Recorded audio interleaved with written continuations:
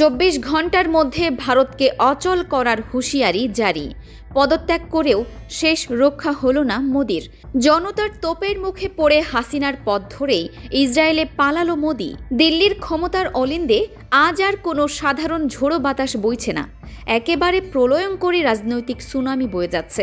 যে সরকারের প্রতাপে একসময় সবাই তটস্থ থাকত, সেই মোদি সরকারের গদি আজ তাসের ঘরের মতো মচমচ করে ভেঙে পড়ার উপক্রম হয়েছে। 24 ঘন্টার মধ্যে পুরো ভারত অচল করার কঠোর হুঁশিয়ারি জারি করা হয়েছে। চারপাশ থেকে ভেসে আসছে পতন, ধ্বংস আর অচল অবস্থার খবর। চরম উত্তেজনাকর এই মুহূর্তে আন্তর্জাতিক অঙ্গনে খবর ছড়িয়ে পড়েছে যে পরিস্থিতি সামাল দিতে না পেরে এবং রাজনৈতিক চাপের হাত থেকে বাঁচতে মাঝরাতে নিঃশব্দে বিমান চেপে দেশ ছেড়ে ইসরায়েলে পাড়ি জমিয়েছেন প্রধানমন্ত্রী নরেন্দ্র মোদি। চারদিকে এখন একটাই শোরগোল, মোদি কি সত্যিই মাঠ ছেড়ে পালিয়ে গেলেন, নাকি এর পেছনে লুকিয়ে আছে কোনো ভূ রাজনৈতিক পরিকল্পনা? এদিকে পুরো ভারত জুড়ে চরম নীরবতা ও উত্তেজনার আবহ। যানবাহন স্তব্ধ, মেট্রো স্টেশন বন্ধ এবং অনেক এলাকায় মোবাইল ইন্টারনেট বন্ধ করে দেওয়া হয়েছে। 24 ঘন্টার এই আলটিমেটামে আজ স্থবির হয়ে পড়েছে বিশাল এই দেশ।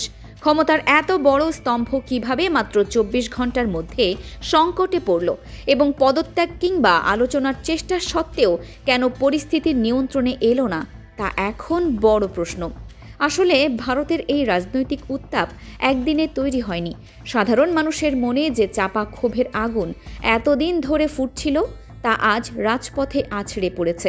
ঘটনার মূল বীজ পোতা হয়েছিল ভারতের শিক্ষা ব্যবস্থার চরম বিপর্যয়ের মধ্য দিয়ে। নিট সহ একের পর এক সর্বভারতীয় প্রতিযোগিতামূলক পরীক্ষার প্রশ্নপত্র ফাঁসের কেলেঙ্কারি গুড়িয়ে দিয়েছিল লাখ লাখ মেধাবী শিক্ষার্থীর রক্ত পানি করা স্বপ্নকে। যেসব তরুণ তরুণী দিন রাত এক করে ভারতের ভবিষ্যৎ গড়ার স্বপ্নে বিভোর ছিল, তারা হঠাৎ একদিন সকালে উঠে দেখল টাকার কাছে বিক্রি হয়ে গেছে তাদের বছরের পর বছরের সাধনা। দুর্নীতি ও অন্যায়ের এই চিত্র তরুণ প্রজন্ম সহজভাবে মেনে নেয়নি। তাদের বুকের ভেতর জমানো ক্ষোভের বারুদ এক মুহূর্তেই বিস্ফোরিত হলো। হাজার হাজার ক্ষুব্ধ শিক্ষার্থী নেমে এলো রাজপথে।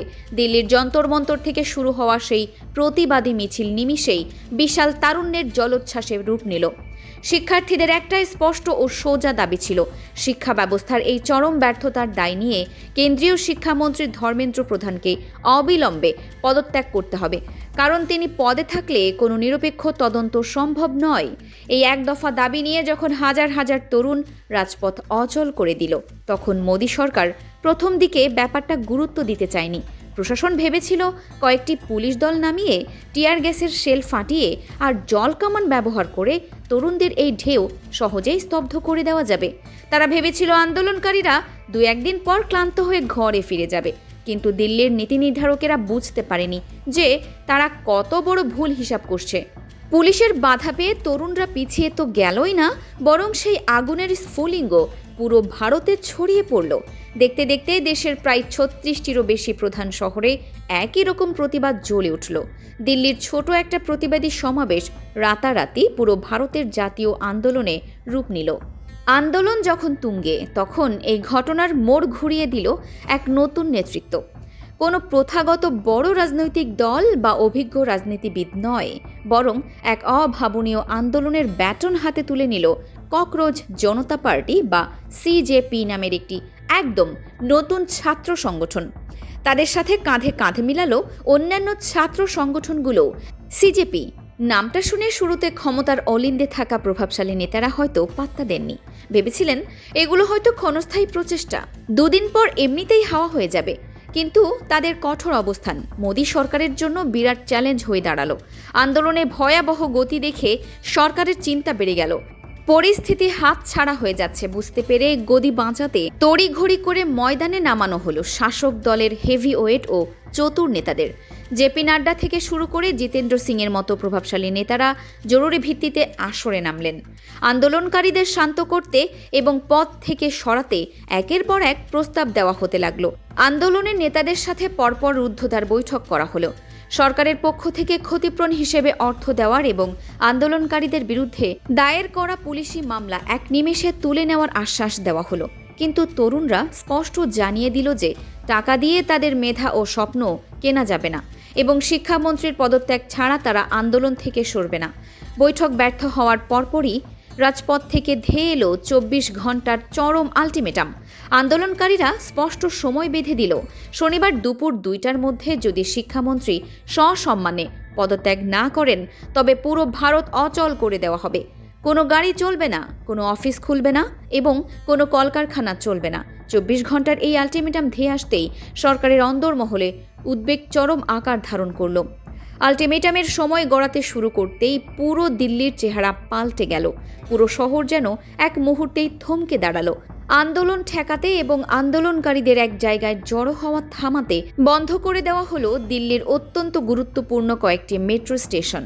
যোগাযোগ বিচ্ছিন্ন করতে মোবাইল ইন্টারনেট সেবা বন্ধ করা হলো অথবা ইন্টারনেটের গতি একদম কমিয়ে দেওয়া হলো। গোটা শহরকে মুড়ে ফেলা হলো। হাজার হাজার সেনা ও পুলিশের কড়া পাহারায় সাধারণ মানুষের যাতায়াত আটকে দেওয়া হলো এবং নিরাপত্তার অজুহাতে জোর করে দোকানপাট বন্ধ রাখতে বাধ্য করা হলো। যেন পুরো শহরে এক অঘোষিত জরুরি অবস্থা জারি করা হয়েছে। কিন্তু এত দমন পীড়ন চালিয়েও তারুণ্যের এই আন্দোলন থামানো গেল না। উল্টো সরকারের এই কঠোর আচরণ দেখে সাধারণ জনগণ ও ব্যবসায়ীরাও ক্ষোভে ফেটে পড়ল এবং ছাত্রদের সমর্থনে এগিয়ে এলো। পরিস্থিতি এতটাই নিয়ন্ত্রণের বাইরে চলে গেল যে সরকারের ভেতরের ফাটলগুলো স্পষ্ট হয়ে বেরিয়ে এলো। এই রাজনৈতিক চাপের মুখ সামাল দিতে না পেরে মন্ত্রিসভা থেকে পদত্যাগ করলেন কেন্দ্রীয় প্রতিমন্ত্রী রণত সিং বিট্টু। তিনি নিজের পদত্যাগপত্র জমা দিয়ে সরে দাঁড়ালেন।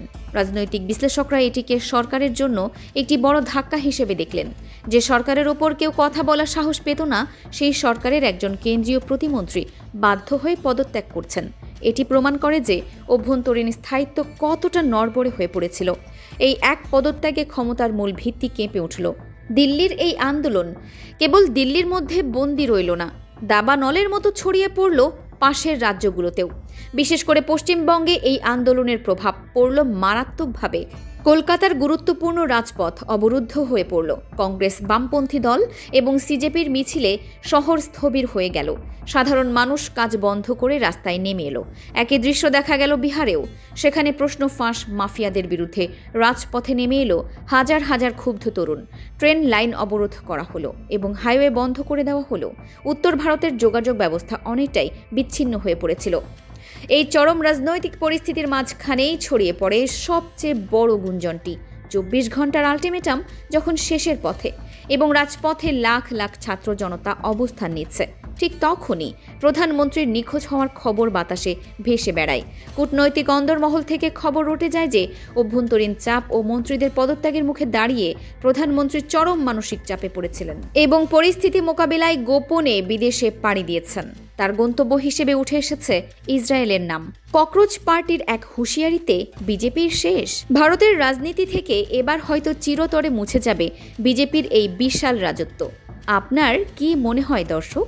কমেন্টে আপনার মতামত জানাতে ভুলবেন না।